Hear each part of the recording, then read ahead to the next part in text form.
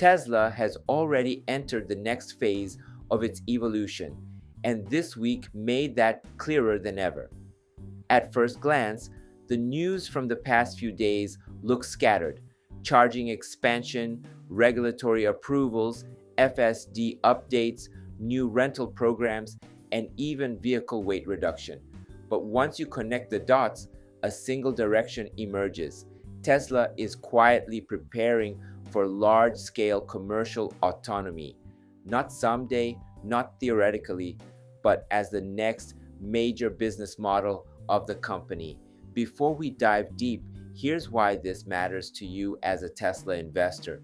When a company transitions from selling hardware to operating a software-powered network, the entire valuation framework changes.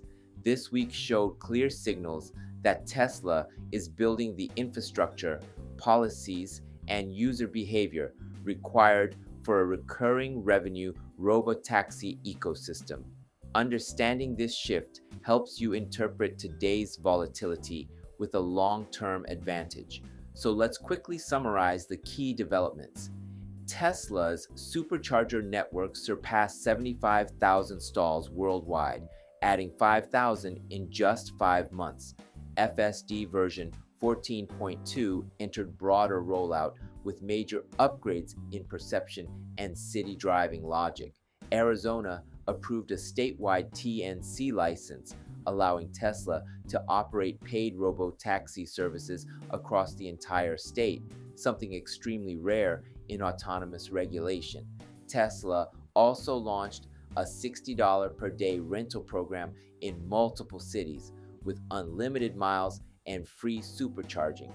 A new model emerged in Florida where a private company deployed its own branded supercharger site using Tesla hardware, and Model X received as much as 180 kilograms of weight reduction, improving efficiency and long-term operation cost.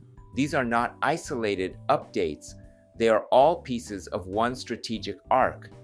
Let's start with Arizona. Historically, autonomous approvals begin with one city, one district, or a limited test zone. Arizona approved the state.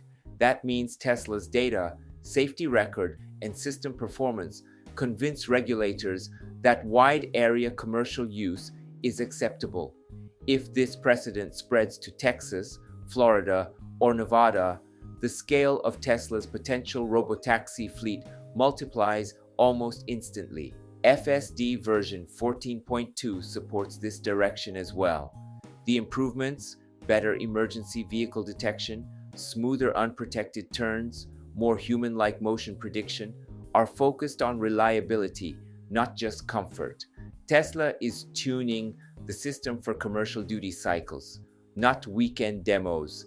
This is the kind of software maturity regulators look for when approving autonomous operations. But perhaps the biggest sign of Tesla's long-term intention is happening on the operational side. Tesla quietly introduced a cleaning fee policy for users who leave a vehicle excessively dirty, similar to Uber and Lyft. This sounds trivial unless you think like a fleet operator. A robotaxi must stay in motion to generate revenue. Any unplanned downtime, cleaning, lost items, spills directly cuts profitability. The fact that Tesla is formalizing these rules now shows that the company isn't thinking hypothetically, it's building the operational framework ahead of time. Charging infrastructure is the second major piece. Adding 5,000 stalls in 5 months is unprecedented, and allowing third-party branded sites is a strategic masterstroke. It means Tesla intends to scale the supercharger network far faster than its own capital alone would allow. In a robotaxi world, charging speed and charging density determine fleet efficiency. The company that owns the energy network owns the pace of the market. The weight reduction in Model X fits the same pattern. Lighter vehicles consume less energy, charge less often, and reduce operating costs over years of heavy usage.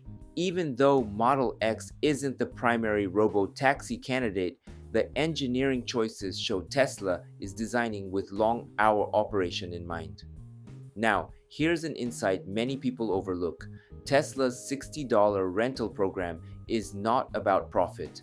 At that price, especially with free supercharging, Tesla loses money. But the goal is behavioral transformation.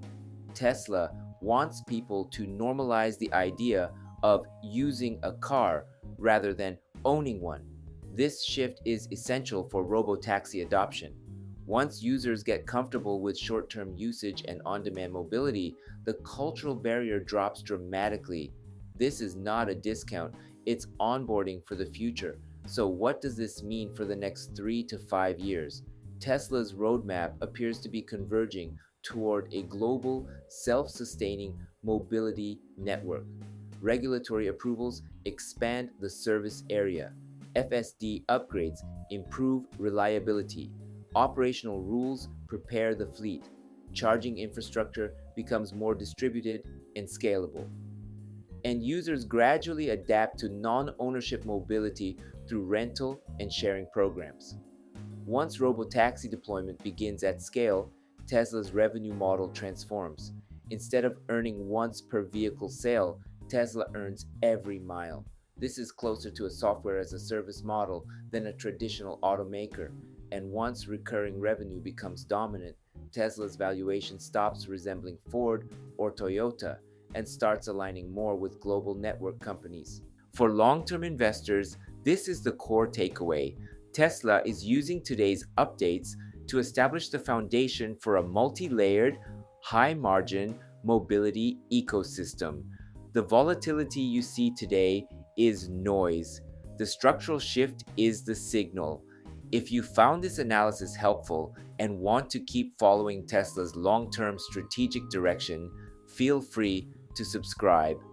I'll continue breaking down these developments with a perspective focused on the next decade, not the next headline.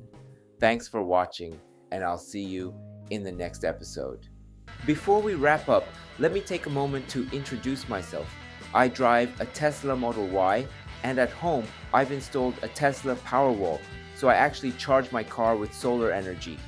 I truly believe Tesla is shaping the future, and that's why I share the latest news and insights here on this channel. I'm from Japan, but I want to connect with Tesla fans all around the world.